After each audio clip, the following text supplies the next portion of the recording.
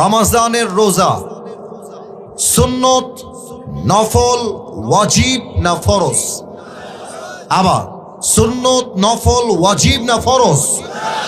এটার প্রমাণ হচ্ছে এই আয়াত। আল্লাহ তাআলা বলছেন, ইয়া আইয়ুহাল্লাযীনা আমানু কুতিবা আলাইকুমুস সিয়ামু কামা কুতিবা আলাল্লাযীনা মিন ক্বাবলিকুম লাআল্লাকুম তাত্তাকুন। আল্লাহ বলছে, ঈমানদাররা শোনো শোনো, রমজানের রোজাকে আমি আল্লাহ রাব্বুল আলামিন তোমাদের জন্য ফরজ করে দিয়েছি, যেমন ভাবে পূর্ববর্তী উম্মত যা ছিল তাদের জন্য ফরজ ছিল। কেন ফরজ করেছি? উদ্দেশ্য হচ্ছে একটা, লাআল্লাকুম তাত্তাকুন, যাতে করে তোমরা ভয় অর্জন করতে পারো। এক সত্তার আওয়াজ দিয়ে বলেন সবাই, তিনি কে? You believed the fasting has been made obligatory upon all the believers as it was before. আল্লাহ তাআলা বলছেন, রমজানের রোজাকে আমি আল্লাহ তাআলা ফরজ করে দিয়েছি সবার জন্য, মুমিনের জন্য।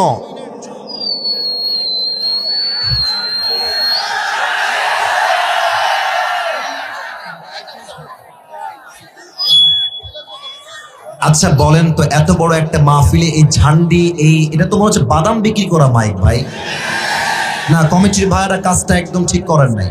এত প্যান্ডেল, এত লাইটিং, সবার আগে মাইক ব্যবস্থা সবচেয়ে সুন্দর হওয়া দরকার। এখানে যদি আতিফ আসলাম আসতো তাহলে দেখতেন যে কেমন মাইক প্যান্ডেল নিয়ে আসতো তারা। মানুষজন বোঝে না, একটা গায়ক যদি হারাম গান কে এত ভালো মাইক পায়, আমরা কোরআন থেকে তাফসীর পেশ করব, আমরা কোয়ালিফাইড সাউন্ড সিস্টেম পাবো না কেন? যুবক ভাইরা বলো আমাকে সবাই, মেহেরবানি করে এইটা করা যাবে না, যা আছে ঠিক করে দিবেন। আচ্ছা, মহিলা প্যান্ডেল থেকে 6 বছর একটা বাচ্চা হারা গিয়েছে, নাম হচ্ছে মুজাহিদ। এই মুজাহিদ বাবু, তুমি যদি কোথাও থাকো, কলিজার বাবু, তুমি স্টেজে চলে আসো, তোমার কমিটির ভাইরাই পৌঁছায় দিবে।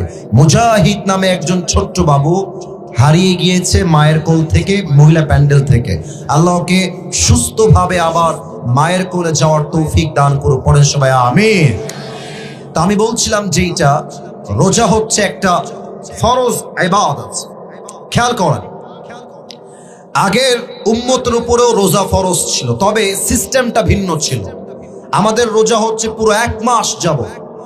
আগে কখনো ছিল 10 দিন, কখনো ছিল 3 দিন।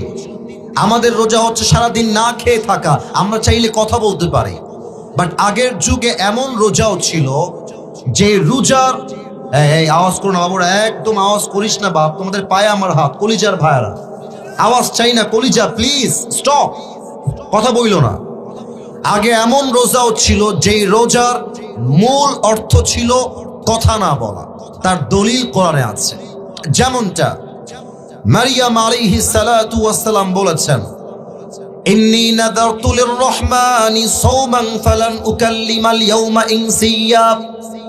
উনি ডাক দিয়ে বলছেন, আমি রোজা মান্যত করেছি, রোজা রেখেছি, অতএব আজকে আমি কারো সাথে একটা কথাও বলবো না। তার মানে ওই সময়ে রোজার মানে ছিল না খেয়ে থাকা নয়, বরং রোজার মানেই ছিল কথা না বলা। এখন আল্লাহ তাআলা রোজা যে ফরজ করেছেন, এর একটা মূল উদ্দেশ্য আয়াতের শেষ অংশে বলেছেন। আসলে সত্য কথা কি জানেন, বড় বড় মাহফিলগুলোতে তাফসীর করা খুব টাফ হয়ে যায়। গতকাল আমি বসে বসে একটা ভিডিও দেখছিলাম, আমাদের সকলের প্রিয় ডক্টর মিজানুর রহমান আজহারী হুজুরের মাহফিল ময়মনসিংহের মাটিতে। তো আমি দেখলাম একজন টিচার, যিনি শুধু শিক্ষক নন, তিনি একজন কন্টেন্ট ক্রিয়েটর। তিনি মাহফিল শেষ করে বাসায় যখন যাবেন, বাইকে বসে বসে অনেকের থেকে রিভিউ নিচ্ছেন, মাইক্রোফোন ধরে বলছেন যে, বলেন তো ভাই, আজহারী হুজুর আজকে কি ওয়াজ করেছেন? যতজনকে বললো কেউ বলতে পারে নাই। আমি নিজের চোখে দেখেছি, তোমরা হয়তো বা অনেকেই দেখেছো। তো এই মাহফিলতে কোনো লাভ নাই।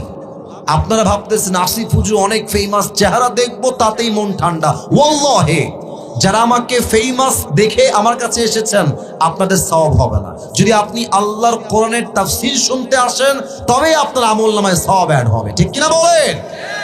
মেহেরবানি করে আমাকে ওই চোখে দেখবেন না যে আমি অনেক ভাইরাল। আমি যখন এখানে ঢুকতেছি, এই দেখেন, এই হাইটে এত ছোট বাচ্চা, আমার মাজা বড় বড় আসবে না, বলতেছে কয়েকজনকে, অনেক বড় বক্তা, টিকটকে অনেক ভাইরাল, ছোট্ট বাচ্চা। আপনি ভাবেন যে ও কি পরিমাণ সোশ্যাল মিডিয়া অ্যাক্টিভ থাকলে ও আমাকে চিনতে পারে। শুধু চেনে না, আমি কি করি, আমি কেমন ওয়াজ করি, ও ওখানে বলতেছে সবাইকে, আমার ড্রাইভার শুনেছে।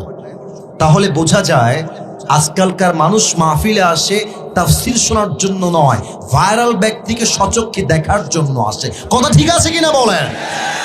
যদি নিয়ত এমন থাকে, change your intention, because in হাদিস দ্য প্রফেট সেজ ইন্নামাল আ'মালু বিন্নিয়াত, প্রত্যেকটা আমলের ফলাফল আসবে বেসড অন ইউর ইন্টেনশন।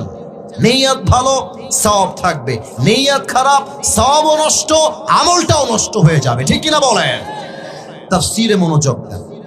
রোজার ফরজ হওয়া মূল কারণ হচ্ছে লাআল্লাকুম তাত্তাকুন, যাতে করে তোমরা তাকওয়া অর্জন করতে পারো।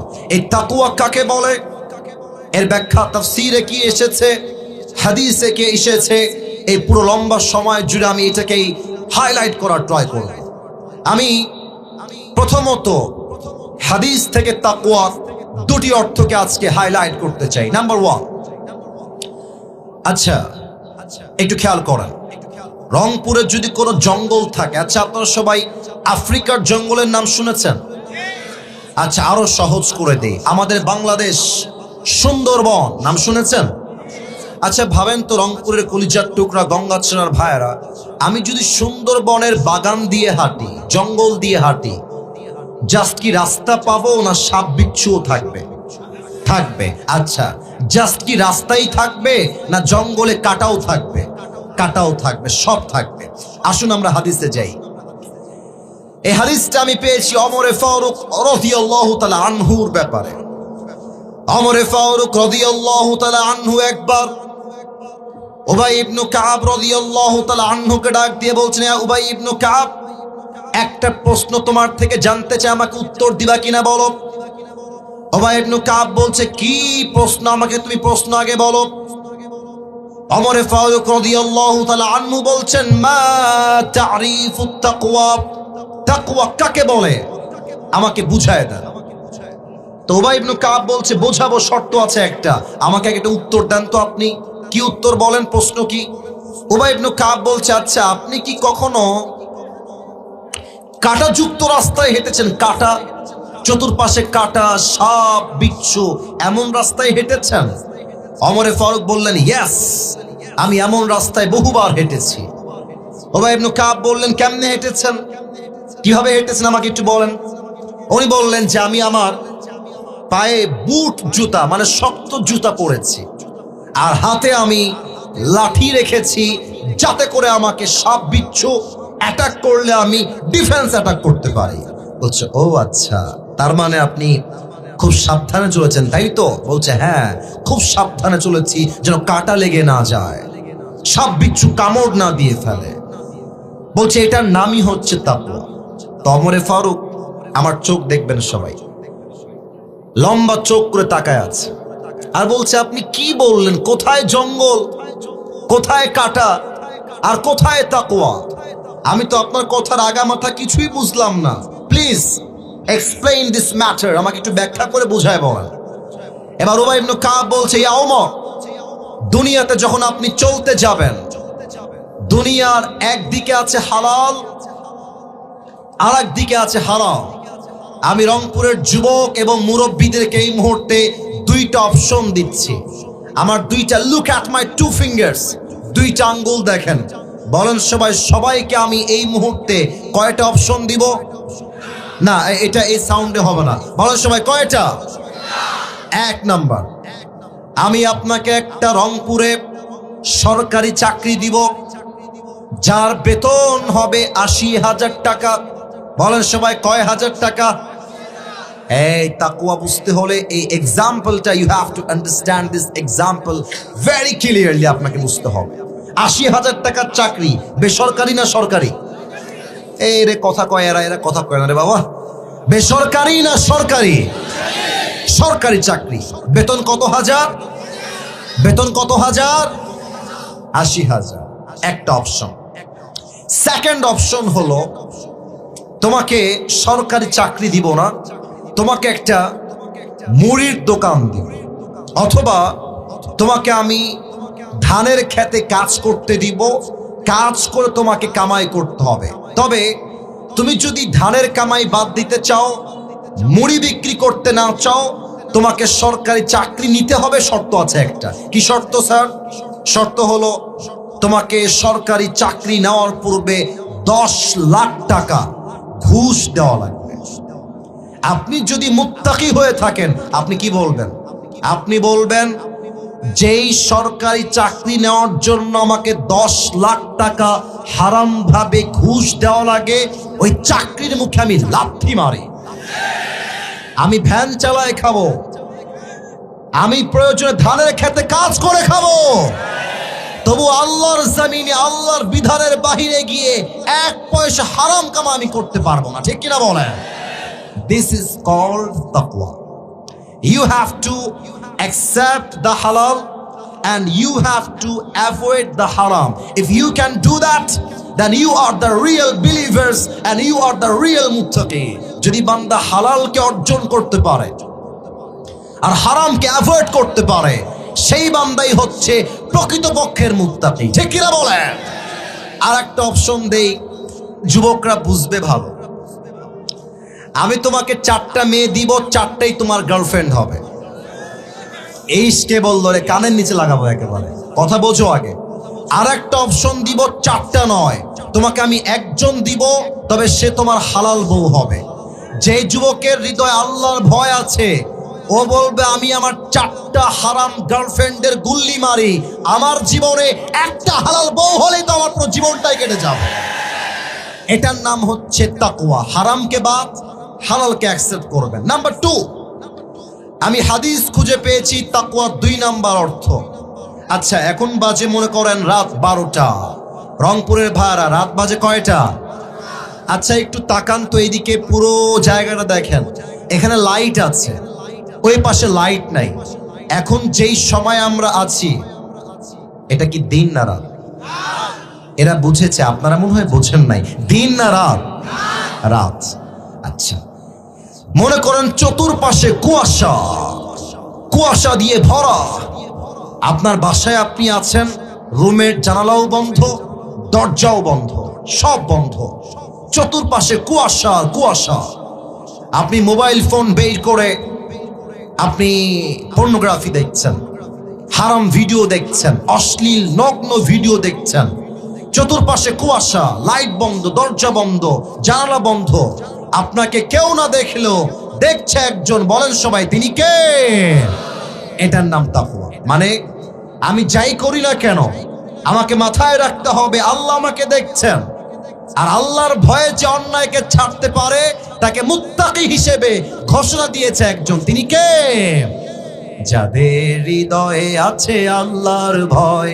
বলেন না, যাদের হৃদয়ে আছে আল্লাহর ভয়, তারা কবু পথ ভুলে যায় না। আল্লাহর প্রেম ছাড়া এই দুনিয়ায় কারো কাছে কোনো কিছু চায় না। ঠিক কিনা বলে? রাতের আধারে যারা সিজদাতে রয়, দু চোখের অশ্রুতে নদী যেন বয়। ছলনার হাত ছানি যতই আসুক, ছলনার হাত ছানি যতই আসুক, পেছনে ফিরেও সে তাকায় না। যাদের হৃদয়ে আছে আল্লাহর ভয়, তারা কবু পথ ভুলে যায় না। আল্লাহর প্রেম ছাড়া এই দুনিয়ায় কারো কাছে কোনো কিছু চায় না। ঠিক কিনা বলে? এবার আসুন তাকওয়াকে আমি বর্তমান বাংলাদেশের সঙ্গে একটু মিলিয়ে দেখাই। 5 আগস্টের সকাল বেলাও যিনি আমাদের দেশের একজন প্রধানমন্ত্রী ছিলেন, নাম কি? অনেক ভালো মানুষ আমাদের আপা ছিলেন। অনেকে অনেক কষ্ট পেয়েছেন আপা চলে যাওয়ার জন্য। তো যারা কষ্ট পেয়েছেন, বলবো আপনারা বাংলাদেশে আছেন কেন, মামুর বাড়ি দিল্লি পালিয়ে যান, আপনাদের বাংলাদেশে কোনো অধিকার আপনাদের নাই যুবক ভাই। আমাদের আপা দেশটাকে একদম দেউলিয়া বানায় দিয়েছে, একদম দেউলিয়া বানায় দিয়েছে। এখানে অনেক বিএনপি আওয়ামী লীগ থাকতে পারেন, আমার সঙ্গে কারো কোনো মারামারি নাই। আমার কথা একটা, যারা দেশের ছাত্রদের বুক থেকে তাজা রক্ত ঝরিয়েছে, এই বাংলার জমিনে এদের বিচার না হলে জনগণ আইন তাদের হাতে তুলে দিতে বাধ্য হবে। খেয়াল করেন একটু তাকওয়া কাকে বলে। আমার মনে আছে এখনো 3 আগস্ট অথবা 2 আগস্ট, আপনারা আমার চেয়ে ভালো জানবেন, আমাদের ঢাকায় একটা মেট্রো রেল আছে, মনে পড়ে? নাম তো শুনেছেন নাকি? Metro rail Dhaka. তো ছাত্ররা খেপে একদম আগুন লাগাই দিয়েছিল।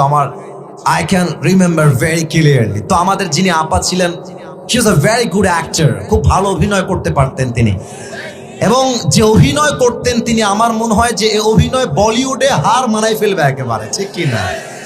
আচ্ছা, আমি একটু অভিনয় করে দেখাই, আমি আবার কোনো অভিনেতা না আবার। তো আমার সম্মানিত আপা যিনি ছিলেন, উনি মিডিয়ার সামনে একটা কনফারেন্স করলেন, মিডিয়া কনফারেন্স। এখন যদি কেউ উঠে যায় বুঝতে হবে সেই স্বৈরাচার দালাল ছাড়া কিছুই হইতে পারে না। চুপ করে বসে থাকেন, চুপ করে বসে থাকেন। তো আমাদের আপা মিডিয়ার সামনে এসে, দেখেন তো আমার দিকে মিলে কিনা,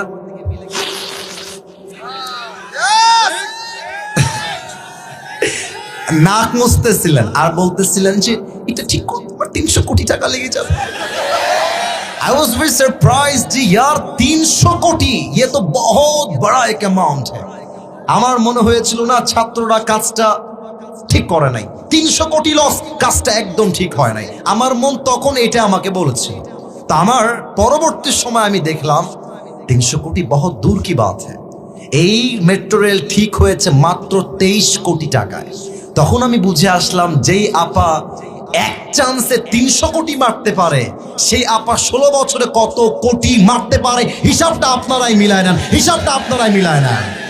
অতএব একটা কথা স্পষ্ট ভাষায় বলছি, আমি জানি না বাসায় যাওয়ার সময় আমি নিরাপদ ভাবে বাসায় যাব কিনা, তবে আমি বলতে 1 নাম্বার উচ্চ কণ্ঠে ভাষায় বলছি, আগামীর বাংলাদেশে কোন নারীকে আমরা ক্ষমতার চেয়ারে চুল পরিমাণ আর বরদাস্ত করতে পারবো না। 2 নাম্বার কথা, তাকবীর পরে আমাকে শেষ করতে দেন। 2 নাম্বার কথা, আগামীর বাংলাদেশের প্রধানমন্ত্রী হবে এমন একজন পুরুষ, যেই পুরুষ একই সময়ে জাতীয় সংসদে দাঁড়িয়ে দেশের পক্ষে বক্তব্য দিবেন, আবার সেই পুরুষ ঢাকার জাতীয় মসজিদ বাইতুল মুকাররমে দাঁড়িয়ে জুমার খুতবা দেওয়ার যোগ্যতাও রাখবে রংপুরের ভার আমার। এমন প্রধানমন্ত্রী আমরা কারা কারা চাই, দুটো হাত তুলে আল্লাহকে দেখা দেয়।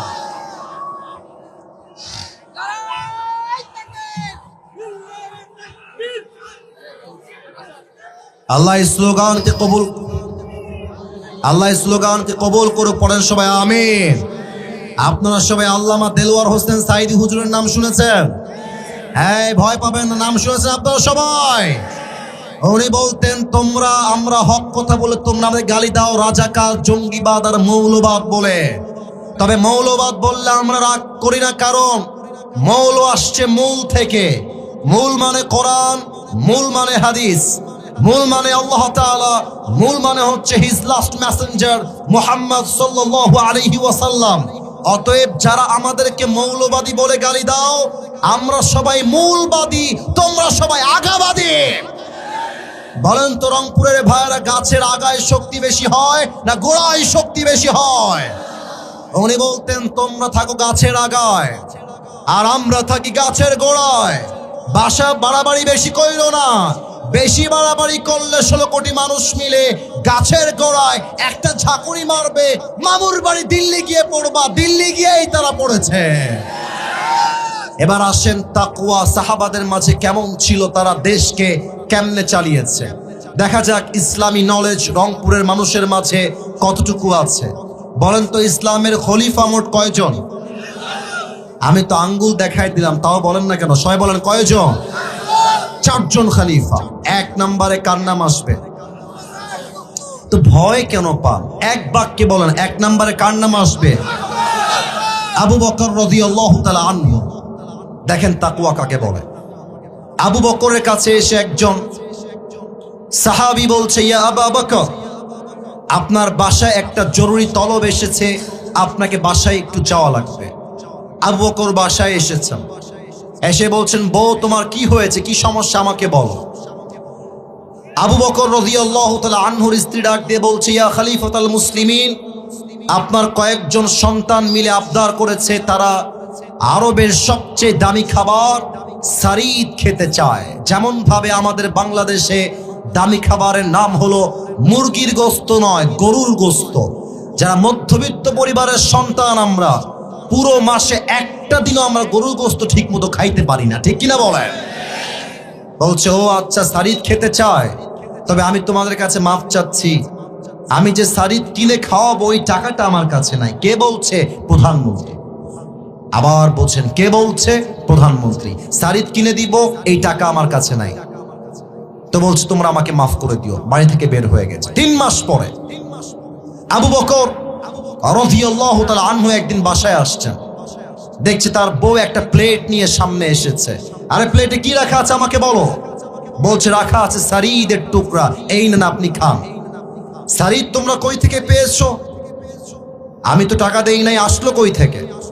আবু বকর রাদিয়াল্লাহু তাআলা আনহুর বউ ডাক দিয়ে বলছি, ইয়া খলিফাতুল মুসলিমিন, আপনি প্রত্যেক মাসে যেই টাকা আমাকে দেন, টাকা বাঁচিয়ে বাঁচিয়ে আমি এই সারিদগুলো ক্রয় করেছি আপনার জন্য, আমার সন্তানের জন্য। এই হাদিসটা আমার শেষ হাদিস, বুঝে যাবেন বাসায়। এবার আবু বকর বলছে, তাহলে দাও আমাকে, আমি এক টুকরা খাই। এক টুকরা খেয়ে আবু বকর রাদিয়াল্লাহু তাআলা আনহু বাড়ির থেকে বের হয়ে গিয়েছেন। সাহাবা একরাম, যারা রাষ্ট্রপতি প্রধানমন্ত্রীর সঙ্গে যারাই কাজ করে, সেনা, সবাইকে ডেকে এক বিশাল লম্বা মজলিসের শুরা বৈঠক করেছেন। আবু বকর, আমার দিকে তাকাবেন সবাই। ডান দিকে সাহাবা একরাম দাঁড়িয়ে আছে, বসে আছে। বাম দিকে সাহাবা একরাম বসে আছে, দাঁড়িয়ে আছে। আর আবু বকর ঠিক মাঝখানে। কথা কি বোঝা যায়? না, কথা বলতে হবে। কথা কি বোঝা যায়? ডানেও সাহাবা একরাম, বামেও সাহাবা একরাম, মাঝে দাঁড়িয়ে আছেন আবু বকর রাদিয়াল্লাহু তাআলা আনহু। উনি দাঁড়িয়ে গিয়েছেন, বলছেন, সাহাবা একরাম শোনো, তোমরা আমাকে প্রধানমন্ত্রী হিসেবে যেই বেতনটা দাও, সেই বেতনটা হচ্ছে কথার কথা 30,000। তোমরা এখানে কমায় দিবা, এই মুহূর্তে আমার বেতন হবে 25,000। এক সাহাবী ডাক দিয়ে বলছে, ইয়া খলিফাতুল মুসলিমিন, বেতন যা ছিল ঠিকঠাক ছিল, কমবে কেন? উনি ডাক দিয়ে বললেন, আমার বেতন থেকে টাকা বাঁচিয়ে বাঁচিয়ে আমার স্ত্রী আমার সন্তানদের জন্য সারিদ কিনেছে, এটাই প্রমাণ। বেতন যদি আমার কমই বেশি হতো, আমার বেতন যদি ঠিকঠাক হতো, তাহলে তো 1 টাকাও বাঁচতো না। তোমরা এখনই আমার বেতন কমায় দাও। এক সাহাবী বলছে, ইয়া খলিফাতুল মুসলিমিন, বেতন যা আছে তাই থাকবে, প্লিজ এটা কমাবার ট্রাই করবেন না। এবার আবু বকর ডাক দিয়ে বলছে, শোনো, তুমি আমাকে কাগজের খাতায় লিখে দাও, আমার বেতন বেশি হওয়ার জন্য যদি কিয়ামতের দিন আল্লাহ আমাকে হিসাবের কাঠগড়ায় দাঁড় করায়, সমস্ত দায়ভার তুমি তোমার কাঁধে তুলে নিবা। এই কথা বলার সঙ্গে সাহাবীটা মাথা নিচু করে ফেলেছে। আর আবু বকর রাদিয়াল্লাহু তাআলা আনহু চোখের পানি ছেড়ে দিয়ে বলছেন, আমি আমার জীবনের সব সহ্য করতে পারবো, তবে আল্লাহর জমিনে আল্লাহর দেওয়া বিধান থেকে এক চুল পরিমাণ উল্টা পাল্টা করব, মানুষের হক মেরে খাবো, দেশের টাকা মেরে খাবো, আর আল্লাহ আমাকে কিয়ামতের দিন জাহান্নামের ফয়সালা করবে। আমি আবু বকর সব সহ্য করতে পারবো, বাট জাহান্নামের ভয় আমি চুল পরিমাণ সহ্য করতে পারবো না। সুবহানাল্লাহ পড়বেন না আপনারা? এমন ভয় যদি আমাদের দেশের এমপি, নেতা, মেয়র, মন্ত্রী, প্রধানমন্ত্রী সবার মাঝেই ঢুকে যায়, পুরো দেশটাই সোনার বাংলাদেশ হয়ে যাবে, ঠিক কিনা বলেন? অতএব রমজানের মূল উদ্দেশ্য হচ্ছে, আল্লাহ তাআলা বলছেন, লাআল্লাকুম তাত্তাকুন, তোমরা ভয় অর্জন করবা এক সত্তার। বলেন সবাই, তিনি কে? এবার সবাই 2 হাত তোলেন, সবাই 2 হাত তোলেন। আমি কাউকে যেন হাত বাদ যাওয়া না দেখি। এখন বাজে রাত 12টা 15। আমি যখন এসেছি স্টেজে তখন বাজতেছিল 10টা 55, এখন বাজে 12টা 15, তার মানে প্রায় 1.5 ঘন্টার কাছাকাছি। আমার প্রিয় ভাইরা, আমার একটা কথা কমিটির ভাইকে আমি বলেছি, 1 ঘন্টার বেশি ওয়াজ করব না। তবু 1 ঘন্টার বেশি হয়েছে, কারণ রংপুরে এসে নিয়ম নয়, ভালোবাসা দিয়ে হিসাব করতে হয়, ঠিক কিনা বলে? আমি এখন সবার হাতটা একটু উঁচুতে দেখতে চাই, একটু উঁচুতে। সবাই একটা কাশি দেন। আমি আসিফ যা যা বলবো এখন, যদিও আমি অযোগ্য অথবা আমি জানি, তবে আমার কথার সঙ্গে যা যা বলবো you have to repeat after me. এটা কাশ দেন। এবার সবাই এই যে ডান হাতটা বুকে রাখেন, বাম হাতটা উপরে রাখেন। ডান হাতটা বুকে রাখেন, সবাইকে দেখতে চাই। ডান হাত বুকে, বাম হাত উপরে। বলেন সবাই, এই মাঝখানে কে ওঠে? এই বসো, বসায় দাও। আচ্ছা সবাই আমার দিকে তাকান। বাম হাত উপরে, ডান হাত আপনার বুকে। বলেন সবাই আল্লাহ। একটু রংপুরের সাউন্ডে আল্লাহ। আমি তোমার শাহী দরবারে দিল থেকে, আমার পেছনে অনেক সুন্দর অ্যাক্টিভ শ্রোতা, সামনেও অ্যাক্টিভ দেখতে চাই। বলেন সবাই দিল থেকে দুইটা ওয়াদা করছি। এক, বলেন সবাই এক, আমি রমজানের প্রত্যেকটা রোজা তোমার সন্তুষ্টির জন্য আদায় করব। এই ভাই নিয়ত করেন না, বলেন সবাই আদায় করব। বলেন সবাই ইনশাআল্লাহ।